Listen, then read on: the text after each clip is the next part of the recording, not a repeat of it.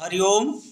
भगवान श्री कृष्ण का जो अवतार है वह भक्तों के लिए प्रेमावतार है, क्योंकि भगवान श्री कृष्ण ने अपने इस दिव्य अवतार द्वारा सबसे सुगम मार्ग प्रेम द्वारा आसानी से कलयुग में भगवान को कैसे प्राप्त किया जाए, ये सब विधि व्यवस्था और व्यवहार ही दे दिया। गोपियों के माध्यम से उन्होंने ये बताया कि यदि कोई छल कपट छोड़ के सिर्फ भगवान को याद करे, उन्हीं की सोच में सारा काम भी करे, तो भगवान अनायास ही प्राप्त हो जाते हैं।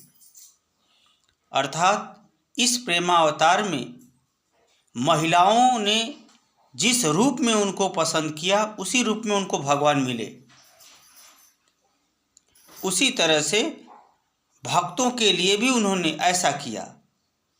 यद्यपि गोपियाँ सब भक्त ही हैं, फिर भी व्यवहार के दृष्टिकोण से अपने घरेलू कामकाज इत्यादि सांसारिक झंझटों में भी हमेशा याद में किस तरह से भगवान का स्मरण किया जाता है, किस तरह से चिंतन किया जाता है, किस तरह से उनकी याद में उनके लीलाओं में डूब जाया जाता है, ये सब तमाम प्रकार की गतिविधियों का भगवान श्री कृष्ण ने इस प्रेमावतार में ग्रामीण क्षेत्रों में प्रदर्शित किया और बताया कि जो मुझे जिस रूप से पसंद करता है, मैं सहजता से ही उसके लिए उसी रूप में उपलब्ध रहता हूँ।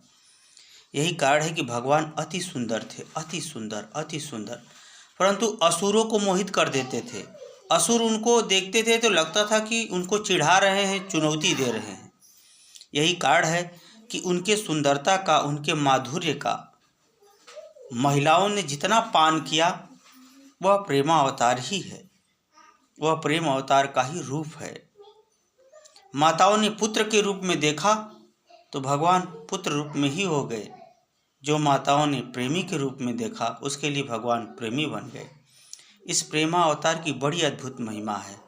वास्तव में भगवान श्री कृष्ण का बाल लीला, किशोरावस्था और पौगंड अवस्था की जो लीलाएं हैं, वह अनायासी प्रेम के रस में इस तरह से डिबो देती हैं कि व्यक्ति जितना पिए कम ही लगता है। वास्तव में भगवान इस लीला द्वारा प्रेम में सब कुछ देना और प्रेम में सब कुछ लुटाना दोनों ही सिखा दिए हैं। आप क्या सीखे हैं वो आप जाने। हरिओम।